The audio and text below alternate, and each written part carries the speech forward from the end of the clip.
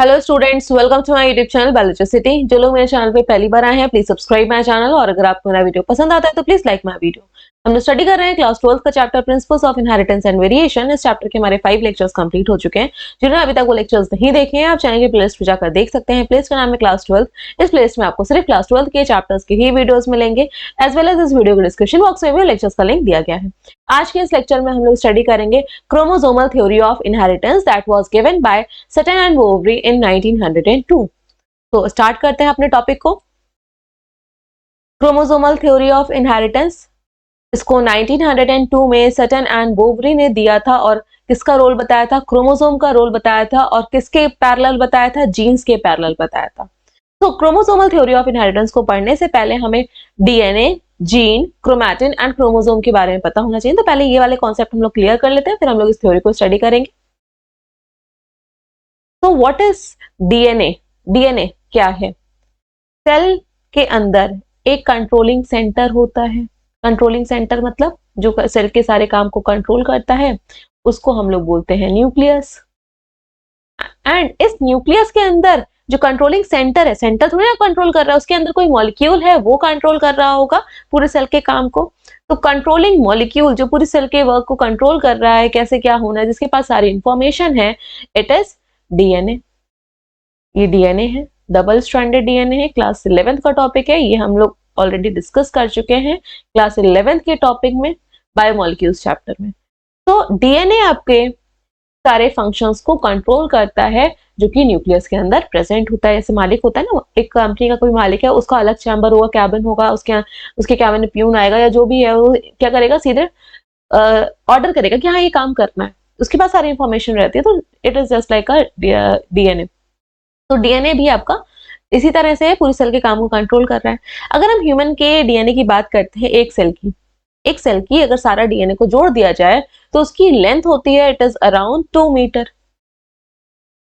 And nucleus की on an average अगर हम डायमीटर देखेंगे तो इट इज अराउंड 6.6 माइक्रोन। और 6 माइक्रोन, और माइक्रोन कितना होता है? 1 माइक्रोन होता है कि अगर आप 1 मिलीमीटर के 1000 पार्ट कर दो, 1000 पार्ट, और उन 1000 पार्ट में से एक पार्ट लोगे तो वो 1 माइक्रोन मीटर है। अब आप सोच सकते होगे कि 0.6 या 5 माइक्रोन कितना हो सकता है। ठीक, अब इतने लंबे डीएनए को, 2 मीटर लंबे डीएनए को हमें कहाँ पे प्लेस करना है? न्यूक्लियस के अंदर। भगवान ने न्यूक्लियस के अंदर इसको रखा है। तो और डीएनए जो है it is a negatively charged molecule, इसके ऊपर नेगेटिव चार्ज है because of the phosphoric acid, phosphate group की वजह से। अब इतनी कम जगह पे आप अगर इसको फोल्ड करके भी रखोगे तो it will start repelling, repel करना स्टार्ट कर जाएगा। तो इसको मेंटेन करने के लिए, न्यूट्रल करने के लिए ये रैप अराउंड होता है पॉजिटिवली चार्ज प्रोटीन के। इसके अराउंड रैप रहेगा पॉजिटिवली, उस तरह से लिख रही हूं, चार्ज्ड प्रोटीन, और उनका नाम है हिस्टोन प्रोटीन्स। हिस्टोन प्रोटीन्स होते हैं, हिस्टोन प्रोटीन्स का ऑक्टामर होता है histone proteins. And histone proteins का ऑक्टामर होता है हिस्टोन 1 और histone 2A, histone 2B, histone 3, histone 4। ये आपके 4 हिस्टोन प्रोटीन्स हैं यहाँ पे, histone 2A, histone 2B, histone 3, histone 4। इसके पीछे भी इसी सेम आपके पेयर के फॉर्म में अरेंज होते हैं। इन हिस्टोन प्रोटीन के अराउंड ही डीएनए पैक होता है। तो जब डीएनए पैक हो जाता है, मतलब रैप हो जाता है, इसको हम बोलते हैं न्यूक्लियोसोम। थोड़ा सा टॉपिक से हटके, लेकिन क्रोमोसोम थ्योरी आपको पढ़ाने के लिए इनके में डिफरेंस पता होना चाहिए। तो हिस्टोन प्रोटीन्स ड्रॉ कर लेते हैं। टोटल कितने हैं आपके? 8 हैं। 8 का ऑक्टामर है 1 protein, 2 protein, 3 protein and 4 protein. इसके पीछे भी, इसके पीछे एक, इसके पीछे एक, के पीछे भी एक, और इसके पीछे भी एक। तो ऊपर वाले होते हैं H2A एंड H2B। नाम दे दिया भी, सबको अलग अलग नाम देना है। ये भी H3, ये भी H3, this is H4 and H4। इसके पीछे वाला H2B और इट इज H2A। इसी के ऐसे बहुत सारे होंगे, तो हम सिर्फ डायरेक्टली राउंड शेप में बता दे रहे हैं। अब ये ऑक्टामर हो गए। इसमें ही रैप्ड अराउंड रहता है डीएनए। कितना राउंड होता है? 1 तो कंप्लीट राउंड होता है और एक आपका 3/4, मतलब आधे से थोड़ा सा ज्यादा। फिर ये आगे जाएगा, फिर इसके ऊपर रैप रहेगा, फिर आगे जाएगा, फिर इस तरह से रैप रहेगा। तो इससे एक स्ट्रक्चर बन रहा है, इसको बोलेंगे हम लोग beads on string like structure, beads on string. लेकिन जब आप इसको ऑब्जर्व करोगे तो जब डीएनए माइक्रोस्कोप से देखोगे, बहुत इलेक्ट्रॉन माइक्रोस्कोप से ऐसा स्ट्रक्चर दिखेगा कि हाँ ये डीएनए है, डीएनए के किसके रैप अराउंड है, ऐसे स्ट्रक्चर बने। छोटा छोटा होगा, नेकेड आई से हम देख नहीं सकते, तो ये आपका बिल्कुल फाइन थ्रेड लाइक स्ट्रक्चर होता है, बिल्कुल फाइन थ्रेड। तो जब डीएनए हिस्टोन प्रोटीन्स के ऊपर रैप हो जाता है, जो स्ट्रक्चर बनता है उनको बोलते हैं हम लोग क्रोमैटिन। तो क्रोमैटिन क्या हो गया? DNA plus histone, DNA plus histone protein से जो स्ट्रक्चर बना उसको हम लोग बोलते हैं क्रोमैटिन। और क्रोमैटिन के फॉर्म में ही ये जो डीएनए होता है वो न्यूक्लियस के अंदर प्रेजेंट होता है। तो let's draw the structure of a chromatin inside the nucleus. So here it is a cell, inside this is a nucleus, and यहाँ पे थ्रेड लाइक जो स्ट्रक्चर है इस तरह से। डीएनए नहीं है, डीएनए के साथ हिस्टोन प्रोटीन भी है, इसी को हम क्रोमैटिन बोलते हैं। तो क्रोमैटिन टॉपिक हमारा क्लियर हो गया। क्रोमैटिन के बाद अब जब सेल डिवाइडिंग स्टेज में आएगी, सेल परमानेंटली डिवाइड नहीं करती है, जब रिक्वायरमेंट होती है उस पर्टिकुलर पार्ट में, उस पर्टिकुलर ऑर्गन में, तभी सेल डिवाइड होगी। तो जब कोई चीज डिवाइड होगी तो सामान को पैक करके फिर दूसरी सेल में लेके जाना पड़ेगा। अगर आप कहीं शिफ्ट करते हो एक जगह से दूसरी जगह में, तो अपने सामान को पैक करके लेके जाते हो। सपोज अगर आप कोचिंग गए हो या फिर आप कॉलेज गए हो या स्कूल गए हो, तो आप जब स्कूल जाते हो तो सामान, बुक्स हैं, अपने बैग में पैक करके लेके जाते हो, फिर वहां पे ओपन कर देते हो, ओपन करके फिर जब आप घर वापस लौटते हो फिर बैग में पैक करके ले आते हो, ऐसा नहीं हाथ में पकड़ के लेके जाते हो, नहीं। तो जब आपकी एक सेल 2 सेल में डिवाइड होगी तो उसका जो मेन मटेरियल है उसको तो अच्छे से वो पैक करके लेके जाएंगे। ऐसा नहीं ओपन फॉर्म में लेके जाए, कोई आधी इन्फॉर्मेशन उड़ गई, नहीं, आधी इन्फॉर्मेशन उड़ गई, सेल ही काम नहीं करेगी, पूरी की पूरी इन्फॉर्मेशन जाती है डॉटर सेल में। तो ये जो क्रोमैटिन होते हैं पैकेज्ड फॉर्म ले लेते हैं। नेक्स्ट चैप्टर में ये डिटेल में है, ये पैकेज्ड फॉर्म ले लेंगे एंड उस पैकेज्ड फॉर्म को हम लोग बोलते हैं क्रोमोसोम। तो क्रोमोसोम आपके पैकेज्ड फॉर्म हो जाएंगे। और सेल क्योंकि डिवाइड हो रही है 2 सेल में, जनरली माइटोटिक डिवीजन में एक सेल 2 सेल में डिवाइड होती है, तो डीएनए की 2 इन्फॉर्मेशन होनी चाहिए, लेकिन क्रोमोसोम नंबर सेम रहता है। तो ये एक क्रोमैटिड हो गई, क्रोमोसोम की एक क्रोमैटिड, इसके पास एक इन्फॉर्मेशन है, और ये 2 में डिवाइड होगी तो इसके पास दूसरी कॉपी भी होगी सेम डीएनए की। तो ये 2 क्रोमैटिड्स प्रेजेंट होती हैं। और जब 2 सेल में डिवाइड होगी तो ये क्रोमैटिड्स अलग अलग हो जाती हैं, एक सेल में, एक सेल में, जिसकी वजह से क्रोमोसोम नंबर तो सेम रहता है, इन्फॉर्मेशन भी चली जाएगी। तो packaged form of DNA which is formed at the time of cell division, ये याद रखिएगा, at the time of cell division, उसको हम लोग बोलते हैं क्रोमोसोम। तो जब गैमीट बनेंगे, क्योंकि हमारा टॉपिक क्या है, जेनेटिक्स पढ़ रहे हैं, गैमीट बनेंगे, गैमीट में भी तो इन्फॉर्मेशन कैरी होके जाएगी, तो स्पर्म एंड ओवम में क्रोमोसोम ही तो जाते हैं, क्रोमोसोम के फॉर्म में ही तो इन्फॉर्मेशन जाएगी पैकेज फॉर्म में। तो डीएनए की पैकेज फॉर्म क्रोमैटिन, और ये जब सेल काम कर रही होगी तो डीएनए न्यूक्लियस के अंदर क्रोमैटिन फॉर्म में प्रेजेंट होता है, और जब सेल डिवाइड करेगी तो क्रोमोसोम के ऊपर आएगा। Now what is gene? Gene क्या है? जीन को स्टडी करते हैं। जो आपका डीएनए है, पूरे सिर्फ डीएनए की बात कर रहे हैं, वो तो पैकेज फॉर्म में किस तरह से रखना है उसकी वजह से हम लोग बोल रहे हैं।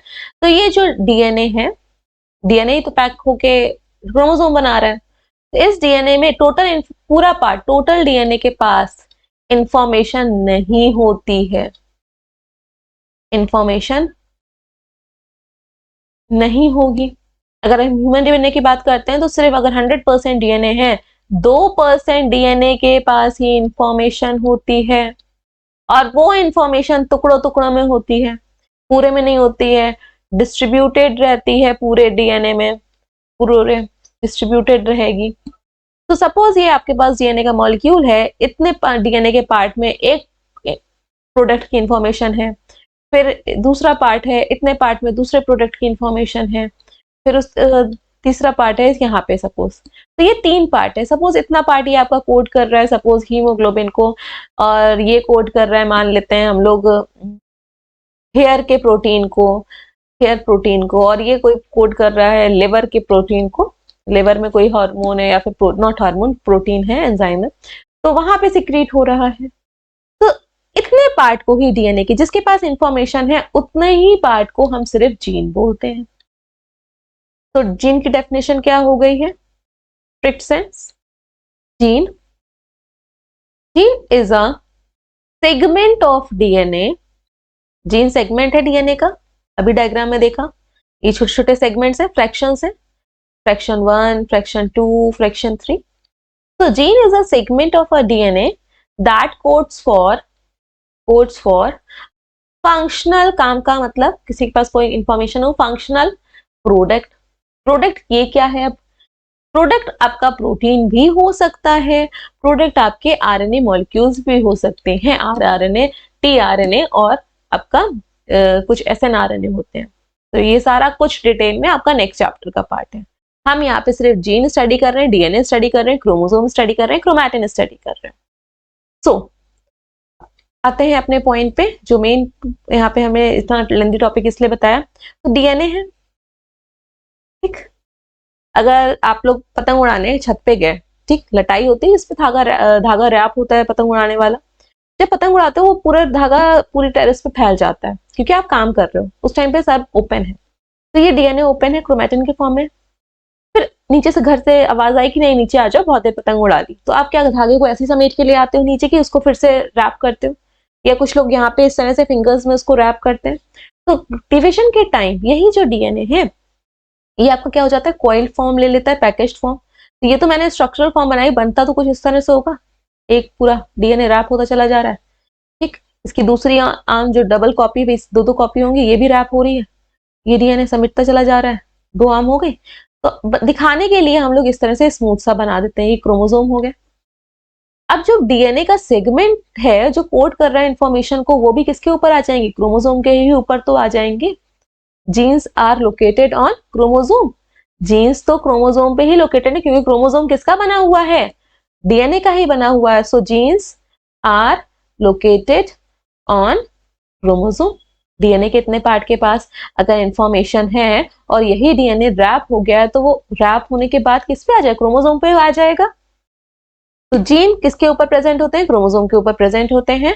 जीन किसका पार्ट है, डीएनए का पार्ट है जिसके पास कोई इंफॉर्मेशन है। तो यही इंफॉर्मेशन वाला पार्ट ही तो नेक्स्ट जनरेशन में ट्रांसफर हो रहा है। तो जीन को अगर हम जेनेटिक्स के टर्म में स्टडी करेंगे तो जीन क्या कैरी करते हैं, इंफॉर्मेशन को कैरी करते हैं। तो जीन की 2 डेफिनेशन यहाँ पे स्टडी कर ली। जब जीन के पास इंफॉर्मेशन है तो वही तो नेक्स्ट जनरेशन में ट्रांसफर करेंगे, इंफॉर्मेशन लेके जाएंगे। नाउ रीड करते हैं अब हम लोग क्रोमोसोमल थ्योरी ऑफ इनहेरिटेंस को। तो उन्होंने क्या बताया, सटन एंड बोवरी ने 1902 में रोल बताया क्रोमोसोम का। They found that the behaviour of chromosome was parallel to the behaviour of gene. जो क्रोमोसोम का बिहेवियर है वो किसके पैरेलल है, जीन्स के पैरेलल है ना। जिस तरह से क्रोमोसोम एक सेल में या 2 सेल में डिस्ट्रीब्यूट हो रहे हैं, कैरेक्टर्स को कैरी करके लेके जा रहे हैं, तो वही सेम मैनर में जीन्स भी जा रहे हैं, क्योंकि अभी हम लोगों ने स्टडी किया जीन्स क्रोमोसोम के ऊपर ही लोकेटेड है। तो parallelism between genes and chromosome. Mendel ने जब जीन्स के बारे में स्टडी किया था तो उनको नहीं पता था कि हाँ ये जीन्स है, उन्होंने उसको बोल दिया कोई ऐसी चीज है जो कैरेक्टर को ट्रांसफर करके लेके जा रही है एक जनरेशन से दूसरी जनरेशन तक, उन्होंने उसको नाम दिया था फैक्टर। तो both chromosome and genes are found in pairs. Chromosome pair में प्रेजेंट होते हैं और क्रोमोसोम के ऊपर ही जीन्स प्रेजेंट हैं। यहाँ पे देखिएगा, अगर ये क्रोमोसोम का एक सेट है एक पेयर का, और फिर दूसरे सेट को भी ड्रॉ कर देते हैं, ये दूसरा सेट है। तो जब क्रोमोसोम आपके पेयर में है तो जीन्स भी तो पेयर में होंगे, इसके ऊपर भी सेम जीन, इसके ऊपर भी सेम जीन, यहाँ पे भी सेम जीन, यहाँ पे भी सेम जीन, तो ये जीन्स भी पेयर में है। पहला पॉइंट बिल्कुल सही है। During gametogenesis homologous chromosome get separated. अब जब गैमेटोजेनेसिस होगी, गैमेटोजेनेसिस मतलब होता है गैमेट का फॉर्मेशन, स्पर्म एंड ओवम का फॉर्मेशन। तो ये जो क्रोमोसोम होते हैं वो उनके जो पेयर हैं वो सेपरेट हो जाते हैं, क्योंकि गैमेट्स में सिंगल सेट प्रेजेंट होता है। One set comes from the father side, another comes from the mother side, and then they makes a complete set. तो उसके लिए यहाँ पे जब गैमेट का फॉर्मेशन होता है सिंगल सिंगल होता है, तो क्रोमोसोम की जो पेयरिंग होती है वो सेपरेट हो जाती है। अगर क्रोमोसोम की पेयरिंग सेपरेट हो जाएगी तो सिमिलरली जीन्स के पेयर भी क्या हो जाएंगे, सेग्रीगेट कर जाएंगे, सेपरेट हो जाएंगे। ये लिखा है यहाँ पे। Now read the line again. During gametogenesis, a gamete बन रहा है, homologous chromosome gets separated. Similarly, the genes also get separated during gametogenesis, क्योंकि homologous chromosome है उसके ऊपर सेम जीन्स प्रेजेंट है, तो वो दोनों अलग अलग होंगे तो जीन्स भी अलग अलग हो जाएंगे। The paired condition of both the chromosome and genes is restored after fertilization. और ये पेयरिंग फिर से कहाँ पे रिस्टोर हो जाएगी? स्पर्म एंड ओवम से दोनों साइड से क्रोमोसोम आए तो पेयरिंग फिर से रिस्टोर हो जाएगी. सेम सेट ऑफ 43 जो भी आपके क्रोमोसोम है, सॉरी 40 नॉट 43, 23 पेयर्स और 46 क्रोमोसोम. तो रिस्टोर रहेगी फर्टिलाइजेशन में. ये दोनों ही जैसे जैसे क्रोमोसोम का साथ होगा वैसे वैसे ही जीन्स के साथ होगा, क्योंकि जीन्स आपके क्रोमोसोम के ऊपर लोकेटेड है. इतनी लाइन को आप याद रखना. These observation led to the postulation of the chromosomal theory of, ये ऑब्जर्व उन्होंने किया और इससे उन्होंने क्रोमोसोमल थ्योरी ऑफ इनहेरिटेंस बताया. और क्रोमोसोमल थ्योरी ऑफ इनहेरिटेंस अपने आप में कंप्लीट सेंटेंस है, कंप्लीट थ्योरी ही बता रही है कि क्रोमोसोम ही रिस्पॉन्सिबल होते हैं कैरेक्टर्स को, जीन्स को कैरी करने के लिए from generation to generation. Chromosomal theory कुछ नहीं है. यही जो उसकी लाइन लिखी हुई ना, what is chromosomal theory of inheritance, इसको ही आपको एक्सपैंड करना है. इसका मतलब है कि क्रोमोसोम जिसके ऊपर जीन्स प्रेजेंट है वही रिस्पॉन्सिबल होते हैं किस लिए? इंफॉर्मेशन को एक जनरेशन से दूसरी जनरेशन तक कैरी करने के लिए. तो इसके पॉइंट्स को रीड कर लेते हैं. Important features of this theory are: zygote is a diploid cell. Zygote में आपका जो क्रोमोसोम का नंबर है वो डबल हो जाता है. One side comes from the sperm, one side comes from the ovum, formed up by fertilization. So during fertilization zygote receive one maternal set of chromosome मतलब ovum से and one paternal मतलब father से. The two chromosomes of one type दोनों आ जाएंगे, एक एक type, एक side से एक टाइप, एक साइड से together form a homologous pair. फिर से होमोलोगस पेयर हो जाएगा. होमोलोगस क्यों बोल रहे हैं? होमो मतलब सेम होता है, लोकस मतलब पोजीशन होता है. तो इस होमोलोगस पेयर को इसलिए बताते हैं क्योंकि इन दोनों पेयर के सेंट्रोमियर एक जगह होंगे और जहां पे जो जीन होगा वहां पे वही जीन होगा. ऐसा नहीं है इस पेयर में जीन आपका एक ऊपर है उसका दूसरे वाले में दूसरी जगह पे, नहीं, एक ही जगह पे ही होगा. इसलिए हम उनको होमोलोगस क्रोमोसोम बोलते हैं. Throughout the life of the individual, chromosome retain their individuality and structure uniqueness. इस लाइन का क्या मतलब है? अगर ये आपका जो डीएनए है, सपोज ये डीएनए है क्रोमोसोम के फॉर्म में पैक हो गया इस तरह से, ठीक. जब क्रोमोसोम जाइगोट बन गए, ये तो जब आपका क्रोमैटिन के फॉर्म में होगा. ये कब बनेगा? सेल डिवीजन के टाइम पे. जब ये सेल डिवाइड हो गई, सेल फॉर्म कर रही है, तो अगेन ये क्रोमोसोम ओपन हो जाएंगे, क्रोमैटिन के फॉर्म में आ जाएंगे. अब ये सेल को फर्दर डिवाइड करना है तो इसके क्रोमैटिन जो होंगे फिर से क्रोमोसोम का शेप ले लेंगे. और जितनी बार ये अपना शेप ले रहे होंगे उतनी बार आपका सेम तरह पे, सेम जगह पे सेम जीन आएगा.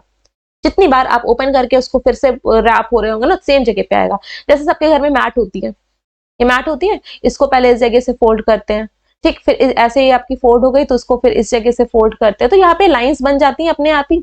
आप जितनी बार फोल्ड करोगे, हमेशा ओपन करोगे फोल्ड करोगे, एक ही जैसे कर रहे होगे. वो बात अलग है, नहीं आप कहोगे नहीं हम तो जबरदस्ती फोल्ड कर, नहीं, एक ही पैटर्न में फोल्ड होंगी. सिमिलरली ये आपका सेम आपका यहाँ पे क्या होता है, सपोज ये डीएनए है, ये फोल्ड होने के बाद आपका क्रोमोसोम बना रहा है. क्रोमोसोम के बाद एक जो जीन है वो इस जगह पे लोकेटेड है, सपोज इस जगह पे लोकेटेड है. फर्दर ये जब डीएनए सेल डिवाइड हो गई, अगेन ये क्रोमैटिन के फॉर्म में आ गया. सेल को फिर से डिवाइड होना है, फिर से इस क्रोमोसोम बना. तो ऐसा नहीं होगा कि यहाँ पे जीन की पोजीशन चेंज हो जाएगी, जीन की पोजीशन यही रहेगी. यही लाइन में आपका इस लाइन में बताया जा रहा है. जो इंटीग्रिटी होती है, इंडिविजुअलिटी होती है क्रोमोसोम की, वो जब तक इंडिविजुअल भाई है थ्रू आउट द लाइफ उसकी आपकी वो मेंटेन रहती है. So throughout the life of the individual, chromosome retain their individuality and structural uniqueness. उनका स्ट्रक्चर आपका सेम रहेगा. जहां पे सेंट्रोमियर है वो throughout the life वहीं पे सेंट्रोमियर होगा उस पर्टिकुलर क्रोमोसोम में. Each chromosome carries gene. हर एक क्रोमोसोम के पास जीन होते हैं क्योंकि डीएनए है, डीएनए के पार्ट को ही जीन बोलते हैं और डीएनए ही रैप होके क्या बना लेता है? Chromosome. Which play an important role in determining the character of the organism. वही जीन के पास ही इंफॉर्मेशन होती है, वही कैरेक्टर को डिटरमाइन करेंगे. During meiosis, meiosis मतलब गैमेट के फॉर्मेशन में, the two chromosome of a homologous pair get separated from each other. Again the same line अभी पढ़ी थी हम लोगों ने पहले. Since the factors are located on the chromosome, they also get separated. क्योंकि जीन्स आपके क्रोमोसोम के ऊपर लोकेटेड होते हैं, आप उनको बोल दीजिए फैक्टर्स क्रोमोसोम के ऊपर लोकेटेड होते हैं. तो क्रोमोसोम अगर सेपरेट होंगे, उनका पेयर आपका सेपरेट होगा तो जीन्स भी सेपरेट होंगे. नेक्स्ट जो क्रोमोसोमल थ्योरी ऑफ इनहेरिटेंस है उसको फर्दर एक्सपैंड किया था टीएच मॉर्गन ने, अल्फ्रेड एच स्टुअर्ट ने, कैल्विन बी ब्रिज ने. The term factor used by Mendel, जो मेंडल ने फैक्टर टर्म को यूज किया था कि कौन एक कोई मॉलिक्यूल है जो रिस्पॉन्सिबल होता है इन्फॉर्मेशन को कैरी करने के लिए एक जनरेशन से दूसरे जनरेशन तक. बाद में उस टर्म को रिप्लेस कर दिया गया जीन से. और किसने किया था? जॉनसन ने 1909. Thomas Hunt Morgan, carried out it experiment on fruit fly. जैसे मेंडल ने वर्क किया था किसके ऊपर, पी प्लांट के ऊपर, सिमिलरली एनिमल्स के केस में, एनिमल किंगडम में जो टीएच मॉर्गन थे उन्होंने फ्रूट फ्लाई के ऊपर वर्क किया था जिसका नाम था Drosophila melanogaster and provided experimental proof. उन्होंने एक्सपेरिमेंटल प्रूफ दिए थे किसके, क्रोमोसोमल थ्योरी ऑफ इनहेरिटेंस के सपोर्ट में। तो थॉमस मॉर्गन के एक्सपेरिमेंट को, एक एक्सपेरिमेंट को हम लोग ड्रोसोफिला मेलानोगास्टर का जो है वो एनसीईआरटी में भी दिया गया है, उसको हम लोग जब लिंकेज स्टडी करेंगे तब देखेंगे। He also discovered the basis of variation. उन्होंने ही बताया कि वेरिएशंस होते हैं।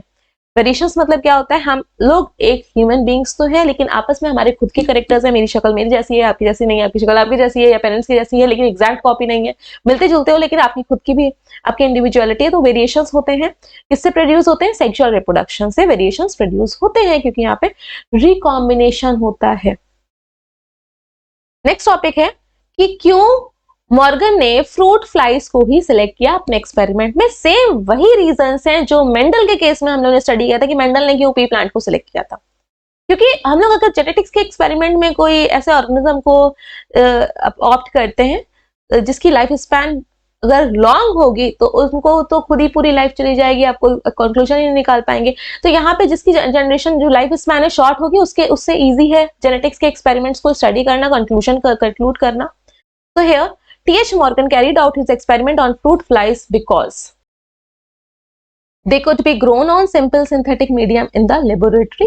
आपको पता है कि फ्रूट फ्लाइज इजिली मल्टीप्लाई कर जाती हैं, जरा सा मीडियम दिया, मीडियम मतलब उनको खाना पीना दिया जो उनकी रिक्वायरमेंट है, ज्यादा उनको पिज्जा बर्गर तो चाहिए नहीं है, सिंपल सा सिंथेटिक मतलब आर्टिफिशियल मीडियम बनाया उसमें वो ग्रो कर गई इजिली, लार्वा प्रोड्यूस हो गया, ग्रो कर गई। और जो उनकी लाइफ स्पैन होती है वो बहुत ही शॉर्ट होती है, 2 वीक्स की ही होगी। अ सिंगल मेटिंग अगर एक बार क्रॉस कराया गया उससे लार्ज नंबर ऑफ स्प्रिंग बनते हैं, मतलब नेक्स्ट जनरेशन के जो जनरेशन के इंडिविजुअल्स होते हैं वो ज्यादा हैं, ऑफ स्प्रिंग्स उनको बोलते हैं। Males and females are separated with clear cut differentiation character. Males और फीमेल्स में क्लियर कट डिफरेंशियल करेक्टर्स हैं, गुड सेक्सुअल डाइमॉर्फिज्म है, ठीक है, मतलब कि पता चल जाता है कि हाँ ये मेल फ्रूट फ्लाई है, ये फीमेल फ्रूट फ्लाई है।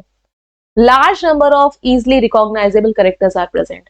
उनके जो करेक्टर्स है ना इजिली रिकॉग्नाइज कर सकते हैं और वो ज्यादा नंबर में है, आइस के लिए है, विंग्स के लिए है, ठीक। तो ये इससे हम लोग मॉर्गन ने इनको सेलेक्ट किया था ड्रोसोफिला मेलानोगास्टर को। This is all about today's lecture.